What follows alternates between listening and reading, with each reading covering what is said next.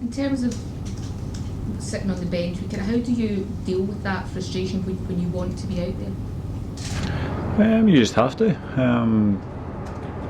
Scott hadn't been doing an awful lot wrong, so there wasn't really any opportunities opened up. And yeah, at some point in your career, you're going to find yourself in that position. I've not had to do it very often.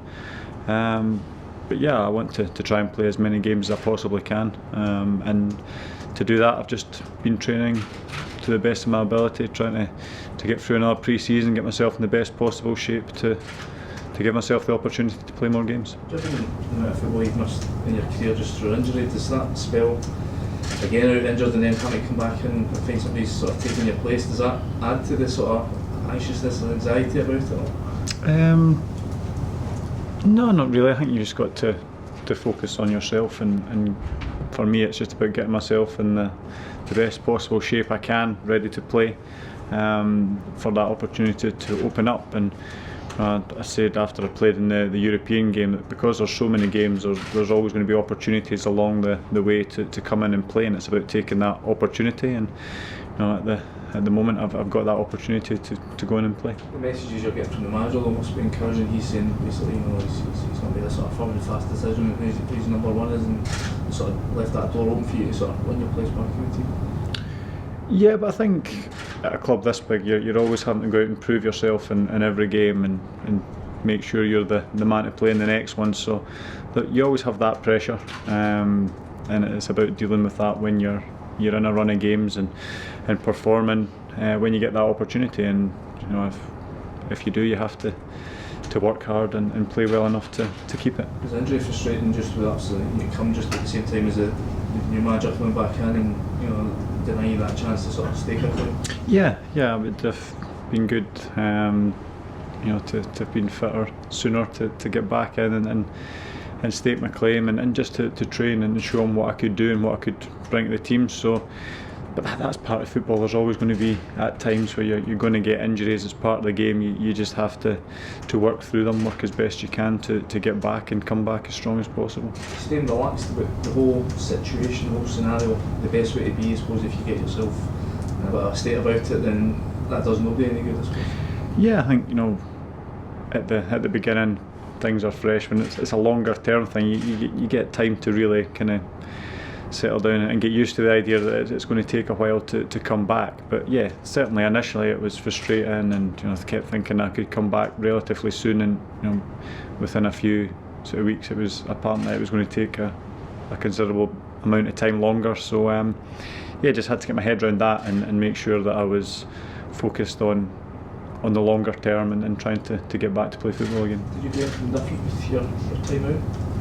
You normally done sort of this period of year? No, not really. I was in here the whole time trying to get myself fit. Obviously I had 4 weeks off in the summer, which is something I've not had for quite a while. So it was nice to go away, have a few holidays and just recharge and come back and get into pre-season. And that was about the time where I started to come back into training and get my fitness back from there. If you were a striker, there's always the possibility of any outfield position that you could still play even if you're not the first choice. But in your position, oddly enough, the only other person who truly understands how you feel is the number one goalkeeper at that point. Is there a psychology to that about how you guys get on?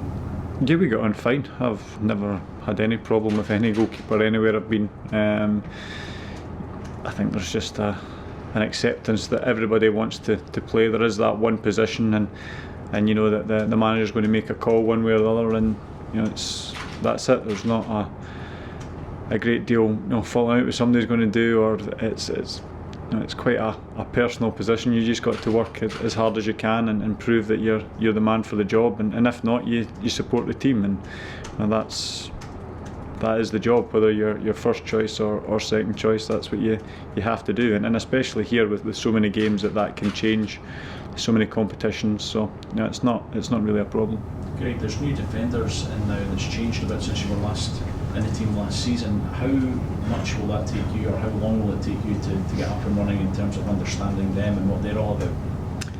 Yeah, you want to keep that as steady as possible. It's never been a big secret. Everybody's looking to try and keep their back four or back three, whatever it may be, as constant as possible, so that they get to play with each other and get that understanding. So yeah, we'll obviously be looking to try and do that. I think over the last few years it has been quite difficult for us to get a sort of solid back four together and playing week in, week out. Maybe because there's so many games, it is difficult for those guys to stay fit for that number of games. But we've always had players that can come in and do the job, and it's, yeah, as you say, there's probably three of the main back four over the last couple of seasons that have now moved on, and we have to rebuild in that area and get those partnerships up and running as quickly as possible. Do people have to be patient then, because there's been some criticism towards the defence this season? They have to be patient in terms of there is an understanding, and they have to get used to their new teammates and new surroundings.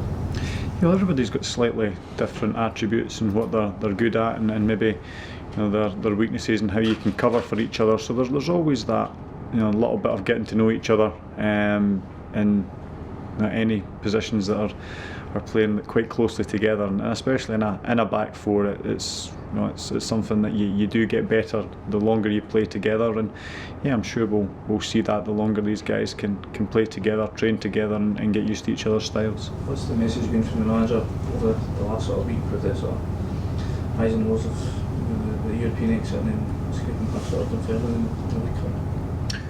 They've been trying to keep things calm and to look to the next game. We got through the cup game.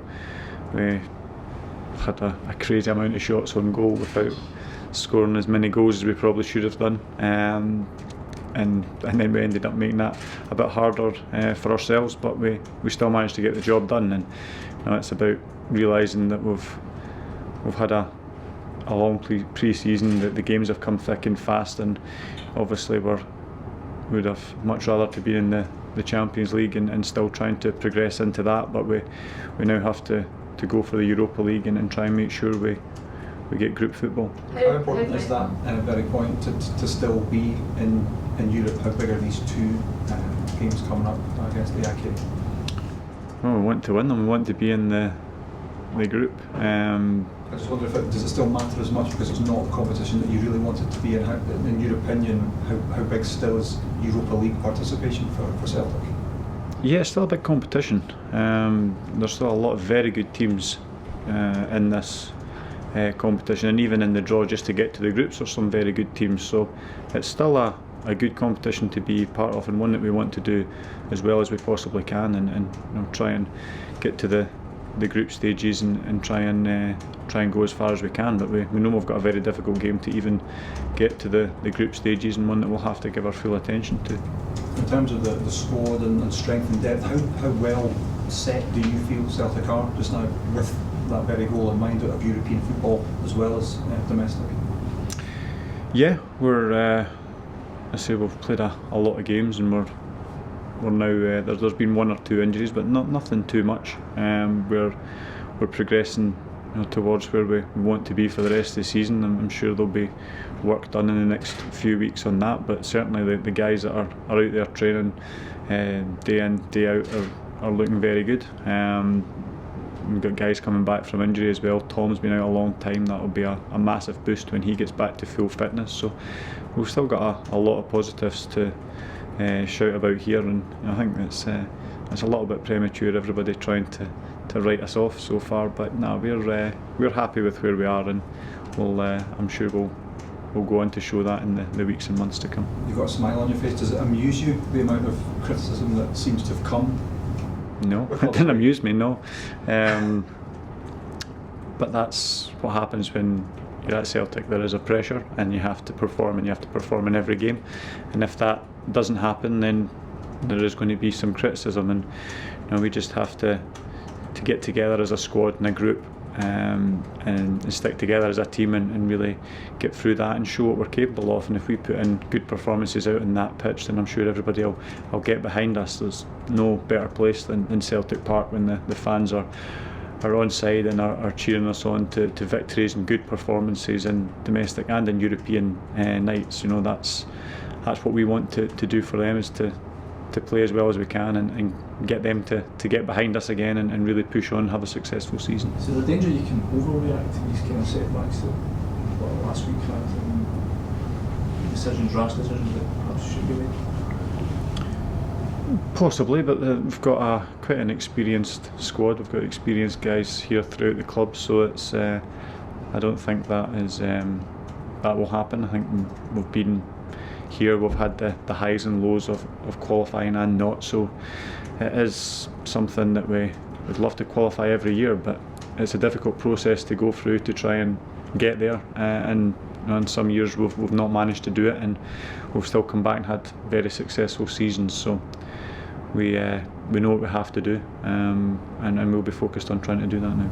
Do you think you'll play tomorrow, and what do you know about AIK as a team? Yeah, we've started to watch a few videos now and do our sort of preparations. So we know that we're in for a very difficult game. I don't want to give away too much to you, but certainly there is some good quality players in their team that we will have to keep an eye on. I played with Seb Larsson when I was at Sunderland with him, so I know all about his qualities, and especially from dead balls. So it's something that we'll have to be wary of. Do you have talked to Seb Larsson before? I haven't talked to him yet. No, I may talk to him after the game, but only if we get the right result. What do you know about AIK's strengths and weaknesses? Do you know something about that? Yeah, I don't want to give too much away, but we have looked into that.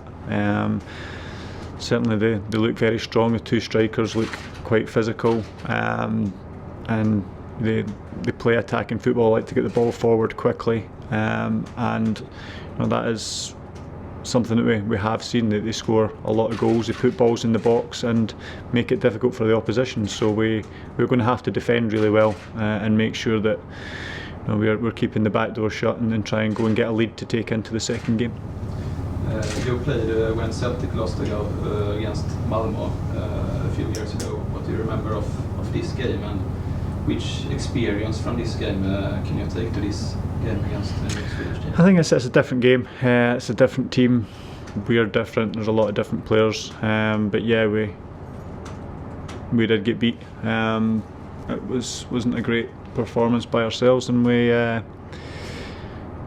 did get beat on that occasion. But this is totally different. Different team, and we'll just be not taking anything from that. We'll be solely focused on this one. We have been qualified for European group phase in 8 years in a row. What does that mean before these games? Not a great deal. The pressure is there for us to try and get European football every year. But there's a pressure on us every time we go out and play to try and win, no matter who we're playing against. So that doesn't change. That isn't something that we will take into consideration. We'll just go out there looking to win the game and set the game up for the second leg.